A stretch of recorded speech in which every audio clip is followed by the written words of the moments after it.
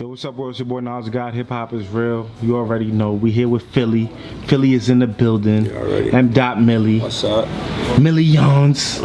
Y'all see what it is, man. Salute to you, man. You know what I'm saying? For the work you've been putting in the culture. Yeah. Working and grinding and everything like that, man.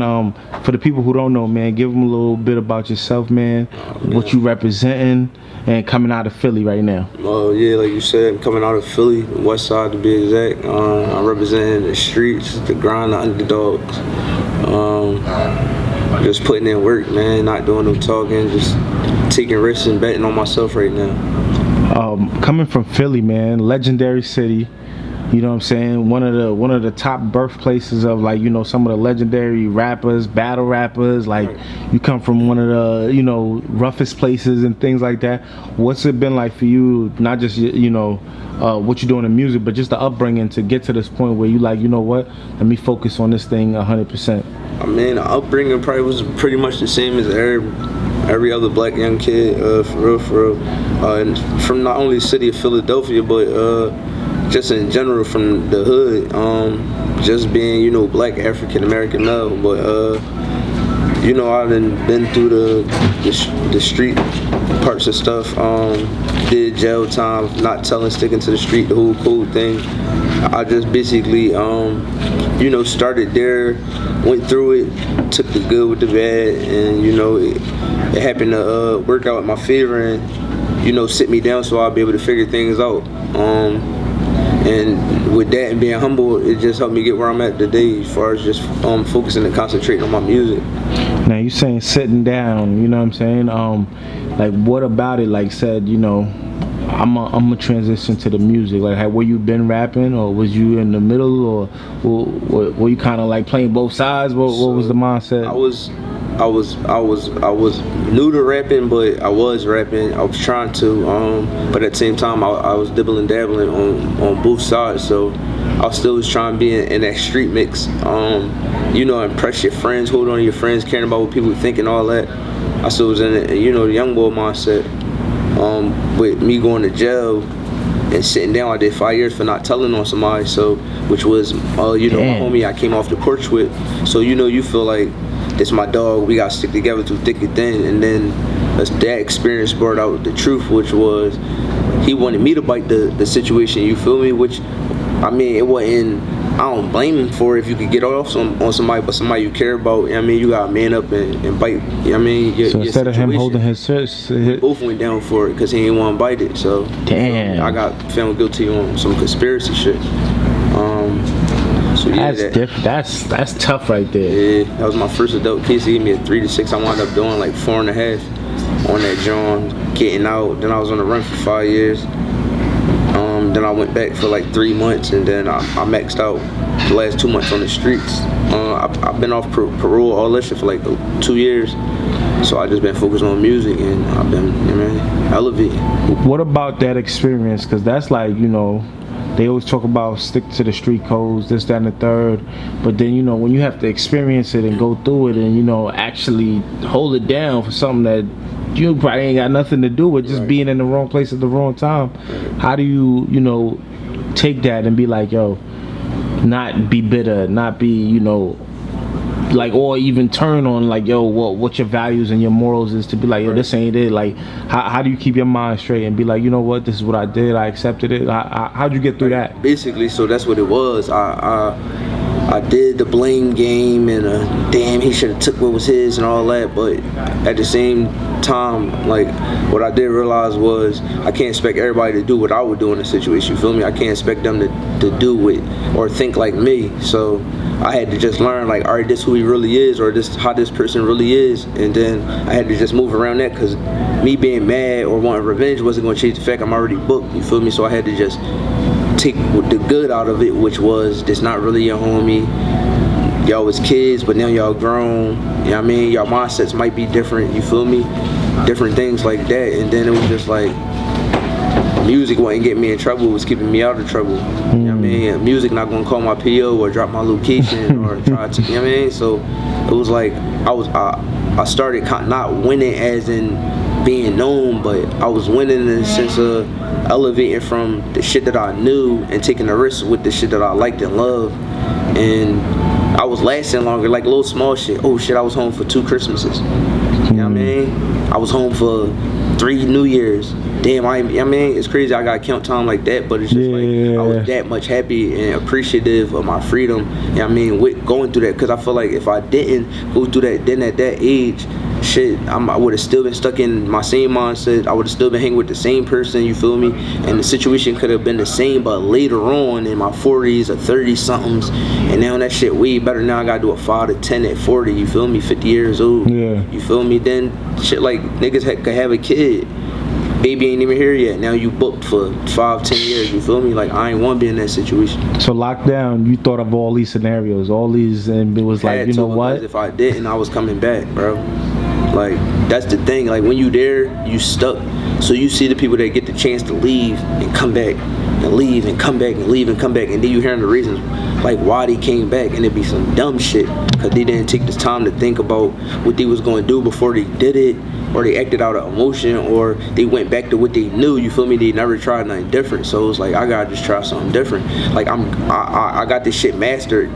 The hardest people to impress is men, and especially some men that's locked up in jail for 30 years, 40 years, don't know the wave of music no more, you feel me? Like, they still talking Al Green and MC Hammer, you feel me? But to be able to impress them and they know my music and, yo, get on the gate, you know what I mean? It's like, damn, if I could do that in here with killers and murderers, like, I could do that in the streets, bro. So you found your passion and your love for music while you was locked down? No, I found I've been loved music. I've been trying, like, I've been loved music, but I never really got the opportunity because it's just life as being a kid in the city, moving fast, being admired by some of the wrong shit, you feel me? And not knowing no better, so just moving without thinking, you feel me? I never really got to see what I could do with my music, you feel me? Because, like, I was having to pay the consequences, juvenile policeman, you feel me, for shit like that. I really was a juvenile policeman case that got me caught up because joyriding, dumb shit, got me on probation, gave me restitution, never paid it. Okay, you gotta go do some time in policeman so we can make our money back. That led to me being off the streets. Who knows how long I could have, you know what I mean, been pop, got in the mix with somebody, move, you feel me? I come home I get locked up at 16, juvenile, come home at 21. They kept me because my mom. Are you serious? Yeah, bro, because my mom wouldn't sign the papers, wouldn't let me come home, was canceling the trips home that I needed in order to successfully be discharged from the program. Was nut shit. I had nut shit stacked against me, bro. You feel me? And so I had to realize that your family, it's a bunch of shit, bro. But it was just like, and going through all that shit, I learned all this shit, you feel me? And then it's like, nobody can just tell me nothing about, even my grandmom, because that's your daughter, you can't tell me about her because that's my mom and I live with her and I know, you feel me? Like, so it's with learning and understanding, taking shit for what it really is. That helped me just navigate better, bro. Like, and tapping into my music, that's how I always express myself. Like, I never was the mom, I had a bad day, or this happened to me, or I fell, or I'm feeling sad today, you feel me? I always just turn on some beats that should have mellowed me out, R&B music and mellowed me out, and just writing and keeping that shit to myself, you feel me? Like, cause that shit not gonna tell on me. Like, I could write it and it's gonna be there, you feel me? I tell somebody something, they might be moved to the point where they wanna go tell the next person, you feel me? Good or bad, but I don't want nobody to know my business. So yeah, that's deep. What part of you, like, at this time, because it seems like, you know, your young adulthood, you're kind of like forced to be a man early. Like, you forced to have to go do shit, damn near take care of yourself, and being raised by the system in a sense. Yeah, in a sense, yeah, for sure, bro. When did you say, yo, this ain't the life I want for myself, I could do better? How do you get into that mindset? And like, or did you have a friend, family, anybody that just, or did you just was like, you know what, this ain't what I want? What's the transition for you? It was doing the juvenile bid, coming home for a month and a half, and then getting locked up for that 3 to 6 for not telling. It was like, bro, like, I just did like 10 years for real. Like, damn. I just did from 17 to 21, came home from October, got booked in December of the same year, and just quartered 3 to 6. And, you know what I mean? And I'm stuck. I'm like, no, bro, I'm done with this shit, because if I catch another joint, like, it's going to be worse, because I got a felony, now something else, that shit going to be 10 times, they going to try to roof me. But not only that, it's just like, this shit, I'm not gonna be able to never figure out what I'm supposed to really be doing out here because I'm not giving myself the time. So I had to, even though the days I wanted to trap, I ain't had no money. I wanted to go make some money. I knew how to go make some money. I knew where I wanted to go. I couldn't, bro, and I had to just fight myself with that shit. Like, bro, no, because I might make it today. I might make it this time, but nigga, that shit, I need this shit every day in order to survive off of it. One of them days that shit gonna go wrong, and I know this because I've been through it. So it's like, I learned this. If you ignore what you know already, it's just like, it's your fault. Whatever. It's inevitable. It's dumb. You gonna run into that shit regardless, stupid, bro. So it's just like, I think I just, like you said, I was forced to grow up, not even just physically, but mentally, like, just think different. Because it's like, bro, at the end of the day, whatever I decide to do, you're going to have to deal with it. I'm in this cell by myself, you feel me? Nobody's not going to be able to do this time. I can't tag nobody in, none of that shit. I don't want my body to keep going through this shit, you feel me? Like, that's real. So that's really what it was, bro. So when did you realize, like, okay, I'm about to get into this music thing, and I'm about to just, you know what? I'm letting it all go, and I don't care what they say, I don't care who might not feel it, I don't care if I don't make it how they think I'm gonna make it, I'm just gonna do me and enjoy the whole ride. When did you get to that point? When I was on the run. When I came home, they finally let me out, and I went on the run, bro. Like, eventually they had me in the halfway house, and I was getting tired. They was kept denying my home plans. He wasn't going looking at them. I just got tired of that shit, bro. And it got to the point where they were trying to send people back if you wasn't out in a certain time with a home plan. So I left, bro. Plus my little brother had committed suicide while I was locked up during that 3 to 6. That's crazy. While I was in the hole, couldn't go to the funeral. Damn. I couldn't do nothing, bro. How close were you to your brother? That's my little brother. We grew up in the same house. Then we shared the room up until I stopped living with my mom at 16. So that tore you up a little bit. Yeah, bro. I mean, I only remember him since probably the age of 15. That's the only image I got locked. I don't got nothing past that. You feel me? So it was just all that stuff, bro. It's just like that shit. Basically, this was my second chance. That's how I felt. Like, you know what I mean? This shit, I could be taken away from this shit again for the long haul. I was in there with niggas that ain't never come home, bro. That's younger than me. Niggas ain't never come home. Niggas wishing they could get back in court to get an 80 to 100 and something right now. Them niggas don't got no numbers. What? They got letters, bro. Them niggas is done. They done, bro, from being loyal to who they thought had their back, and that shit played out the real way in their life for them, but it was too late. That's the situation crazy. was too far in already for it to be all right, you're gonna get this much time, and next time we catch you, it's over. No, it was over that time, bro. Damn, Mistake. Niggas want a dirt bike. Take a nigga dirt bike, nigga come chasing him, somebody hit him or shoot him to scare him, killed him. It's a rat. Y'all niggas is booked from 16, y'all got life. Niggas is in there 24, 25 with life. That's scary. Over, bro. Yeah, that shit's scary, bro. That shit's scary, bro. Real rat. Now, with all this experience, man, and just, you know, going through that, when did you, or what song for you, or when did you make that song and you was like, yo, yeah, this is me, this is what I want to do, this is it? Like, what was that first track for you where you was like, or you got some good reception and you was like, yo, they feeling me, they rocking with me, and I made something that I'm proud of? Honestly, I would have to say, everybody think that they got that every song is the one that they come out and they make and is it, but I think once I came home this time from jail, bro, once I came home this time and I was like, yo, I'm just fucking with the music, and I started recording my tape, my project I'm working on now. Well, the recording is done. It's just more so about, like, my mind don't stop running, bro. So it's like, cause that's my communication. So that shit just keep going. My hard part is stopping writing, and making music. Like, I would go to the studio to be like, all right, I'm gonna pick 10 songs, the best 10 tracks out of however many I recorded. And I'll go in there and hear a beat and be like, yo, put this on real quick, and come out with 3 songs. And now them songs is better than the songs that I already was playing on. Now my list just keep expanding, and it's hard for me to pick, bro. Okay. It's hard. So you've been really just working and just building. Working. I would say Philly is probably gonna be the song that's gonna really do it, though. I got a song called Philly, bro. It's like a UK Pop Smoke type vibe, but it ain't that sound, though. Like, as far as lyrics, bars, delivery, none of that. You know what I'm saying? You. It's me, bro. It's a Philly weave. It's me. You know, right now, you know what I'm saying? You seem like you kind of like, through all that, you seem like mentally you've grown. You had a good space and everything like that. What's it been like, you know, finding that right combination to get ready to launch and really put yourself in the position you want to be? What's that been like, or where do you find that balance? I mean, honestly, bro, the ball been rolling itself. Like, I be waking up and I be like, yo, what am I supposed to do next? Like, I ain't got this done, I don't got that done. It's something that just pop up and be like, yo, do this, or this was supposed to happen, or you gotta do this. And I be like, alright, fucking, I'm gonna do it, because I mean, obviously it came about for a reason. That sometimes I don't even look at the person that the message coming from. I just listen to what's being said and just take it like, alright, maybe it ain't even coming from them, it just was used because they in front of my face or they the closest person. Like, we was walking down the street yesterday to go get something to eat.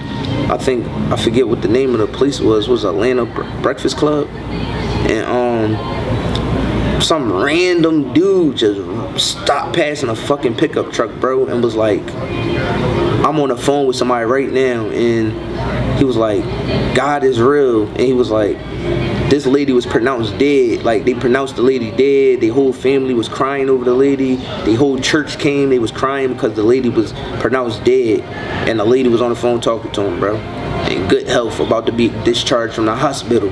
That's crazy. And I ain't know this dude from a campaign. It was just a random car just riding down the street, stopped right next to us, bro, and then pulled off and said, I just wanted to tell y'all that, and left. I was like, yo, what the fuck? You getting the signs. And even today, seeing you with Smith, BDM, like, he's one of the guys that in my early growing and what I'm doing been very instrumental. Right. And I'm looking at you with people like that, I'm like, oh yeah, that's nothing but like a... Yeah, it's a stepping stone. You know what I'm saying? Shout out to Smitty, for sure. Bro, I think Smith really solidified what it took for real, and how this shit work. Is fuck talking, like what we want, what you want to do. All right, this how it gotta happen.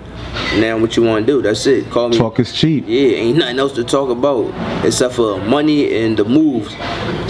So it's up to you to be ready, for you to take advantage of it when it's time. Yeah, I had to just go, bro. Like, I couldn't hesitate and be like, yo, is this nigga gonna scam me? Is he gonna burn me for my bread, or is he gonna burn me for my music and send it around to somebody else, or you feel me? So it was just like, bro, I don't know, I just been having the feeling like, go, like, that's it. Like, if something get mentioned, don't think about it, just do it.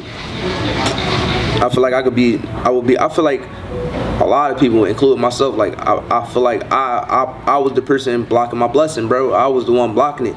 All the nut shit I was doing, instead of just probably just tapping into what I was really love to do, I probably could have been on real shit. Probably could have been on, but it take all this stuff to happen for you to, when the opportunity come, you could play it right. Because if I ain't know none of this, I could be hyping, oh yeah, I'm about to pop, I'm about to blow, I do this interview, then I leave and I go back to the block, to my city, and be trapping and catch a case on some dumb shit. Like, you know what I mean?